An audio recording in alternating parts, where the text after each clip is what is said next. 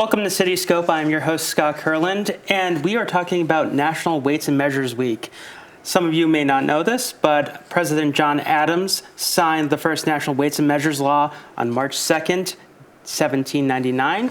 So we are talking with the Inspector of Weights and Measures, Mr. Joseph Quinn. Hi, Joe. Hi, Scott. How are you? Thank you for being here. Great to be here. So we are talking about National Weights and Measures Week.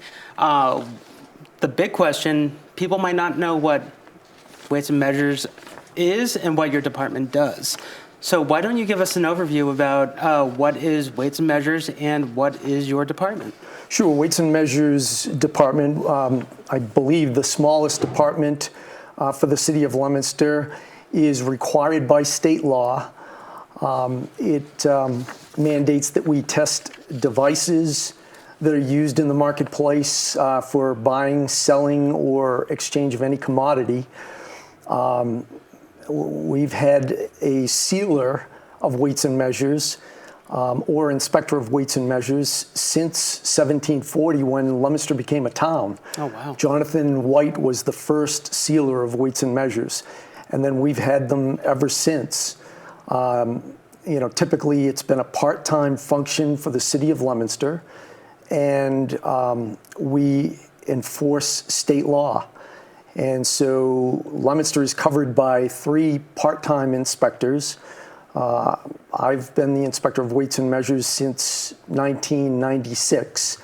And my 2 colleagues, the deputy inspectors, Mark Stiles and Bill Charpentier, have been conducting their duties since 2012 or 2012. Wow. So can you tell me what's new with Weights and Measures in the city of Leominster? Well, the big thing with Weights and Measures in Leominster has been the cannabis locations in the city, and they use scales in their operation, whether it be for packaging operations, ingredients, but primarily for packaging products that are ultimately sold in the marketplace. So we've currently got 3 locations in operation in the city. Other things that we've been doing, and some of the things that we started doing a few years ago, was smaller price verification locations in the city. And how important is price verification? Well, it's very important to make sure that what businesses say they're charging customers is what they're charging at the register. And that's something that we test. Typically by law, it's supposed to be done once every 2 years, 24 months. So we break it up into some we do 1 year, some we do the next year. And we've currently got 88 locations in the city that we inspect for that requirement. What equipment are you using to do that? We use certified scales, certified weights to test scales. We use test measures, 5-gallon test measures to test gasoline, and we use a 100-gallon prover to test oil trucks in the city. We also use a certified yardstick to test yardsticks in the city, and certified tape measures to test wire and cordage devices to make sure what they say they're giving you is what they're actually giving you. Is there a discrepancy in between oil and gas, or is it kind of a similar type of weighing system you use? Well, I mean, there again, oil is typically delivered much greater quantities. So the typical oil tank in someone's house is 275 gallons. The standard test for us is a 100-gallon test of the metering system, and for oil. So we've had that. That's been done for many, many years. I believe my predecessor brought in the first oil prover into the city back in the early 50s. And so And then in the early 2000s, we brought in a new test measure prover for doing that. Gasoline, typically your tests are 2 5-gallon tests. And so there are tolerances involved with these. And of course, with 231 cubic inches in a gallon, 5-gallon test is 1,055 cubic inches. They only allow, the national standard only allows up to plus or minus 6 cubic inches. So it's very tight tolerance. And so we typically won't let it get to that level. Because accuracy is so important, how do you know that what you're testing is 100% accurate? Well, our test weights, test measures, all of the standards that we use have to be certified, tested and certified at the Massachusetts State Laboratory in Ashland, Mass, once every 5 years. And so with that, we can be testing devices in the marketplace with confidence because we know our devices are tested, certified as accurate. The equipment at the state lab is certified and has traceability to the national standards in Gaithersburg, Maryland. So they go through a rigorous testing procedure as well. So that's the process we use. How do you test a gasoline dispenser? I know that's different than, as you were saying before. So when we go to gas stations, and typically, when we've done these interviews with Dean Massarella, the mayor of Leominster, many times we've let in with gasoline because it's so important to consumers. The prices vary quite significantly, from year to year. So when we test, we go in, we've got certain procedures that we need to ensure that every gas station is adhering to. And so they need to be licensed facilities. So the State Division of Standards license as all these locations that we have in the city of Leominster. So we check to make sure they have a current license. And then we go to the dispenser and make sure the pricing is correct, that they have pricing in accordance with the law on top of the dispensers. Then we go in and make sure we open up the cabinet, make sure that our security seals, which restrict access to the calibration adjustment switches, that those are still intact. And then we look for skimmers today. Those are, people taking advantage of consumers out in the marketplace. So we look to make sure there's nothing like that inside the dispenser. And then we go ahead and begin the test procedure. And so we also look for leaks, things like that. The test procedure, that the device starts at 0, that, 5 gallons is 5 gallons. Yeah. And, within tolerance. And then we repeat that process with a second test measure. And then all the fuel goes back in the tanks in the ground. We test every grade of fuel, the meters and the blends. Now, typically there's only 2 grades in the ground. There's high grade and there's low grade, the 93 and the 87. Yeah. And then the 89 or 91, if it's offered, is blended through the device. So we track totalizer numbers. That gives us an idea whether they're drawing from 2 tanks. Also, as part of our random program, we checked octane. And so we do that randomly. We'll show up, after we've tested the station, for annual testing. We'll go back and a certain amount, whether 4 or 5 stations a year, will be tested for octane, and then also to make sure that the device is still sealed, make sure it's accurate as it was left. Basically looking out for consumers because they don't have the authority to do this. We do, so we look out for consumers. It seems like your title should be Weights and Measures and Consumer Protection. Well, that's part of the job. We also look at pricing, in a wide variety of areas. Failure to price. There are requirements to price products in the marketplace for retailers. I was always curious about that. Is there some sort of database for, pricing to compare it to, or is it just what is set? The businesses, they have their freedom to set the price. Okay. The market sets the price. I mean, here in Leominster, we've got a lot of retailers in the city.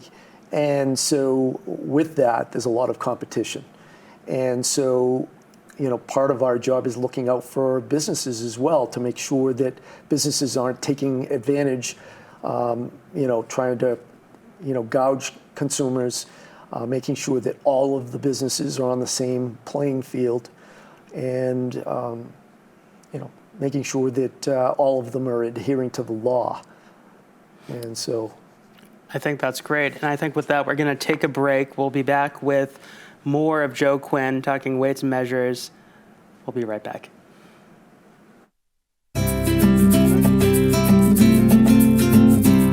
Each day, the average consumer uses dozens of products. Cleaning wipes, potato chips, coffee, detergent. The list could go on, but they all have one thing in common. They are sold by net content. That could be weight, volume, size, or by count. Weights and measures inspectors make sure those net contents are accurate.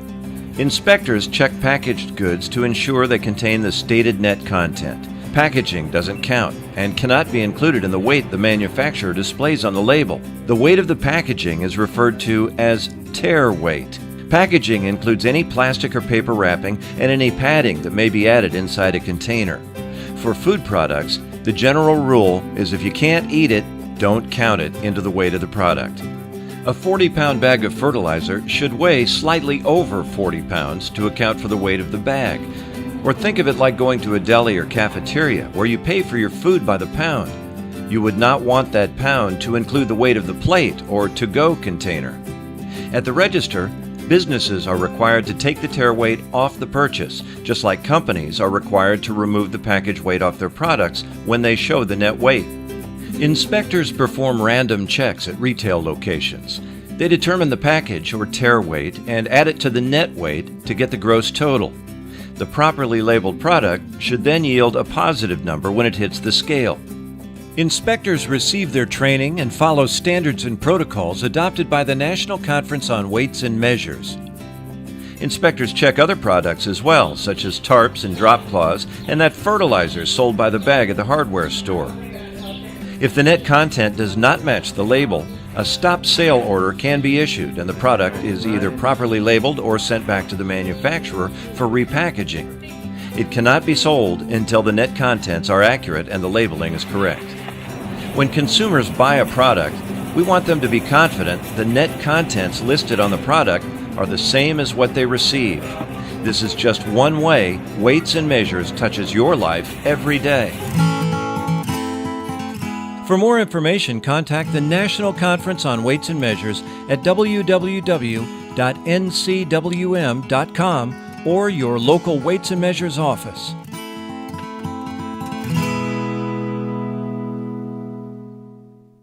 And we are back.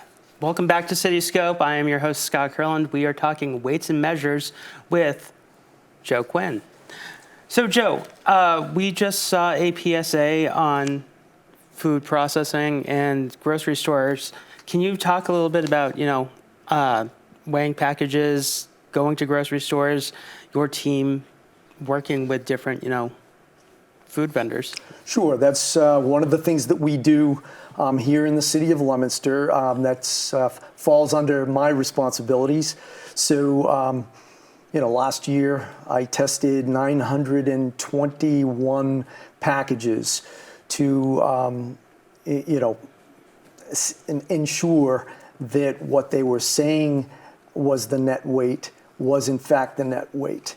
And we found less than 8% incorrect weights, and so those were all either reduced in price. Anything that we found that was off, the price was either reduced or it was corrected there in the store, and then vendors were advised, that these things were found.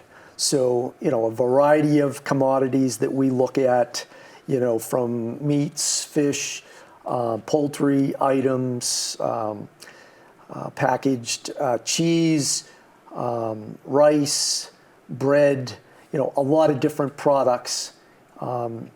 And so similar to what you saw in the video, go around the store, simply, so I do it a little bit differently. I use the store's scale, so I bring my weights with me, make sure the store's scale is still accurate.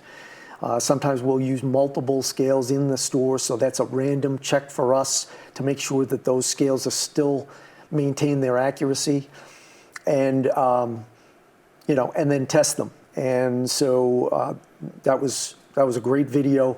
I'm a member of the National Conference on Weights and Measures, so the City of Leominster is represented in this national group that has both law enforcement agents and also government officials, and also representatives of most of your major companies in the United States are part of this organization. Now, you have to test every scale in a grocery store. It doesn't matter if there is a scale, you have to test it. Does that include also the scales that are in for the checkout? Oh, yes, all of those, because typically those scales are used for produce, loose produce that's bagged. They charge those, in order so they make the maximum amount of profit from, their investment. They charge those by weight. So, they'll key in a code there at the point of sale, and, that'll come up on your invoice or receipt. And so we do test those. Typically, like Market Basket, for instance, has approximately 40 scales in that Market Basket. It's a busy location. They've got scales in a wide variety of areas, and anybody who shopped there, knows it's a busy place. But the two Hannafords, Walmart Supercenter, Target, typically there's one scale in Target. They do their packaging a little bit differently. But then a lot of the other small mom and pops, Central Meat and Deli, the new Gold Market, Brazilian Market, the Big Mania, the Gaucho Market, Bobo's Market up on French Hill, which has been around for many, many years. You're always busy. So our department is very busy, and so for many, many years, one part-time inspector handled Leominster. And so because of the changes in the law required us to start testing pricing scanners, that added a lot to my responsibilities. And then we got back into the factories where my predecessor had stopped. Plastics is still sold in the city of Leominster in a variety of different locations. They use scales to sell their products to other businesses. And so we went back into the factories. Chemicals, there's a couple of chemical companies that also use scales. So we go to those locations as well. Scales, we have the small pharmacy or balances all the way up to truck scales. And so we've got 6 truck scales in operation in the city right now. And so those are also tested. And so it keeps the department very busy. And so back in 2010, went to Mayor Mezzarola and said, I can't keep up with this, as a part-time employee. And, he, wasn't going to make the position a full-time position. He said, simply hire another inspector. And so, ultimately I reduced my hours down. We hired 2 other part-time inspectors. And so we have full-time coverage for the city. Each one of us works 13 hours a week, a total of 39 hours coverage for the city. And that is adequate to keep up with everything we've got. Things that are coming, we know down the road, electric vehicle chargers. Yep. Commercially, we've got 18 of those in the city being operated currently. And so, before, not very, very soon, the state is going to mandate us to start testing those as well. So that's coming. One thing I was always curious about is with propane, how do you test that? How do you, make sure propane is sold correctly? So propane is sold in a couple of different ways here in the city of Leominster. You've got the exchange locations at many different locations, and those have a stated weight right on the cabinet, and it's sold by weight. And so with the locations that you go to, that you fill up your empty tank, those are they have to be either sold by weight or by measure. And typically we test and seal their scales that they have at those locations. So they either sell them by weight, or in some cases they'll do a conversion and sell it by measure. No flat rate. If they tell you, oh yes, we're going to charge you this amount for a full tank, that's an incorrect method of sale. That should send up a red flag to consumers, any of the people watching this program, because that's in essence against the law. The other things that you also do is firewood, bark mulch. The wood-based products, are they sold differently? Are they weighed differently? They are. And so with bark mulch, it's not weighed, it's measured. And so typically, you're going to get a bucket that they've either compared it with a squared, back of a bed of a truck, or a larger vehicle. And so with that, you can do the measurements on that, typically to verify, what you're being sold. Typically, with firewood, we'll get calls occasionally, but that usually is done, private sales, and the purchaser it's recommended that they stack that pile of wood that they're going to get at their house to make sure that it's 4 by 4 by 8 or some measurement to equal 128 cubic feet, because by law a cord equals 128 cubic feet. And so we've had that discussion. Periodically we'll get a call with a concerned consumer asking us to go out and do the measurements at their home, because they don't feel that they've gotten what they've paid for. And so we'll do a wood affidavit as part of that process. Sometimes we'll intercede if it's an obvious, it's obvious that they haven't gotten what they were supposed to have gotten. Dealers are required to provide an invoice, documenting what they're providing to the consumer. And so if they don't get that, that should be another red flag, to consumers, because, we've had over the years people that either, don't realize that Weights and Measures has oversight over this. There is, in the law, very specific guidelines on what they need to do, and we've had to intercede to assist consumers. The vast majority of the time, what I've found over the years is business owners, business managers, they are honest and they value their reputation. Word of mouth, is a big thing in, people going to locations and using these services or buying from these businesses. So, they work hard to maintain a good reputation, and they do a great job. Occasionally we'll find something where we have to step in and assist. And we do get, consumer complaints periodically, each year. We didn't have many last year. We've only had a couple this year so far. So, if there's a problem, we'll step in, try and, make it right for the, between the business and the consumer. And, sometimes we have to write fines. And, we don't write many civil citations, but we do have that authority. Oh, wow.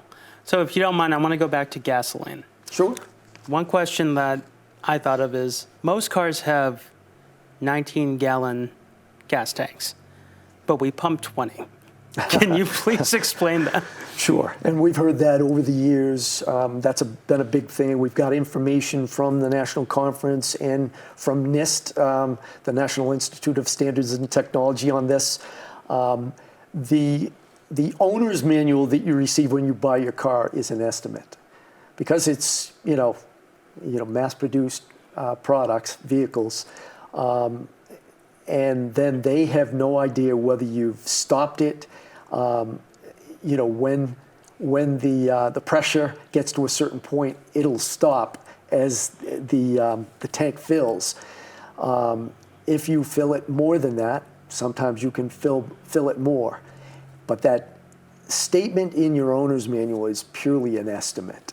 And so that's what we found over the years. We've gotten the calls. We've gone back out to test, the particular dispenser and meter that people are concerned about, and come to find out it's accurate, and it's accurate within,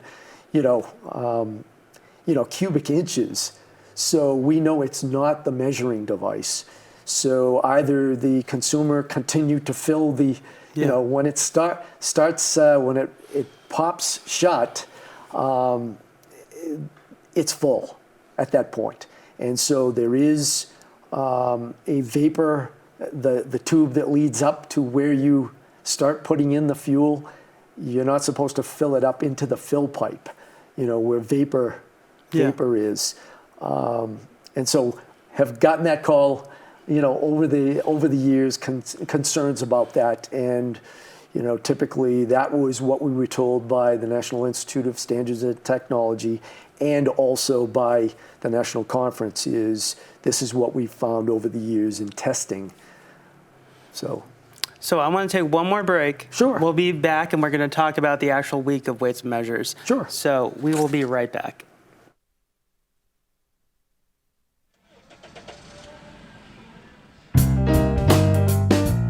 What are you thinking about when you pull up to the gas station? The price of gas? Running late for work?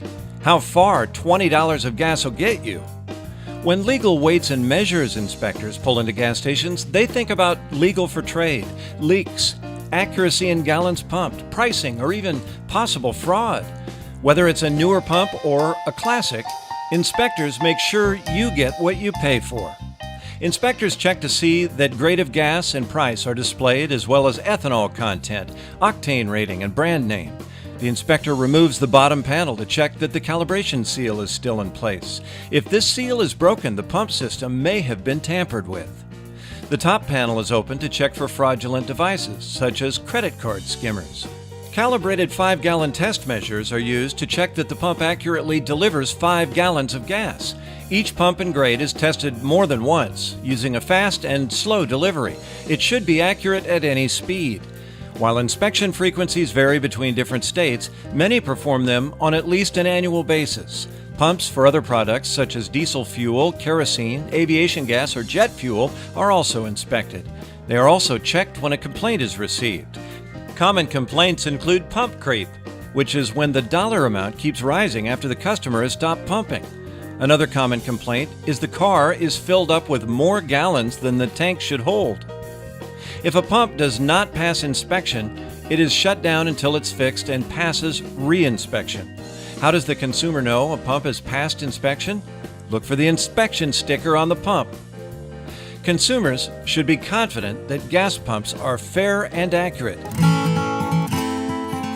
For more information, contact the National Conference on Weights and Measures at www.ncwm.com or your local Weights and Measures office.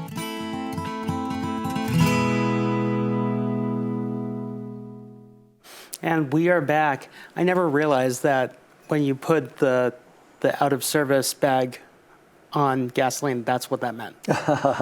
Yes, absolutely. And so with us, if we shut down a dispenser, yes, we'll use that bag that is owned by the company, and we'll also wire seal so nobody can use that until a service provider gets there.